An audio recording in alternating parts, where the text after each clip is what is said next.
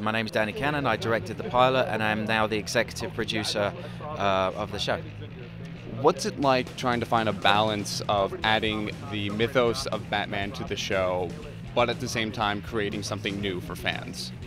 Yeah, no, the intention was always to explore why Batman was created, why he was necessary, and to go back to the very beginning and see the origins of how these characters were created. So it's a period show, and that was the idea. Awesome. And what do you think makes, because Batman has been around for 75 years, what makes him and all the other characters, the Rogues Gallery, yada yada yada, just survive in our culture today? Yeah, I mean, I think that the reason Batman has survived so long and is so many people's favorite character is he's a guy. He's not a supernatural being. He's not from another planet. He wasn't hit by lightning. He wasn't, he is a guy who trains himself, who uses his money, God-given money or family money, to train himself to be a vigilante and wear a mask, not because it looks cool, but wear a mask because if he were to die, somebody else could take on that mantle. In other words, the idea of Batman is an idea, it's not a person.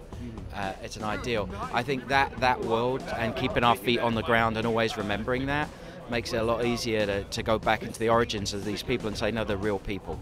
They're real people. Even though we have fun with it in our theatrical way of doing things, the truth is these are real people who are driven to extraordinary circumstances.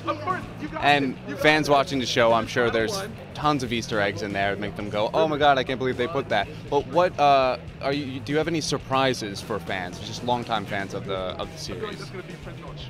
We do have some surprises. I mean, I'd like to keep them under my hat, but all I can tell you is, if you are a fan of the comic books, to see the very origins of these characters it's a thrill. It's a thrill to be around. We sat down at the beginning of the year with DC Comics, went through all the Batman villains, and talked about the ones that we could integrate within the story, and built a family tree basically of like how old would they be if Batman is this, and at the end of that day I had to pinch myself because I was like, this is really my job. I really get to do this.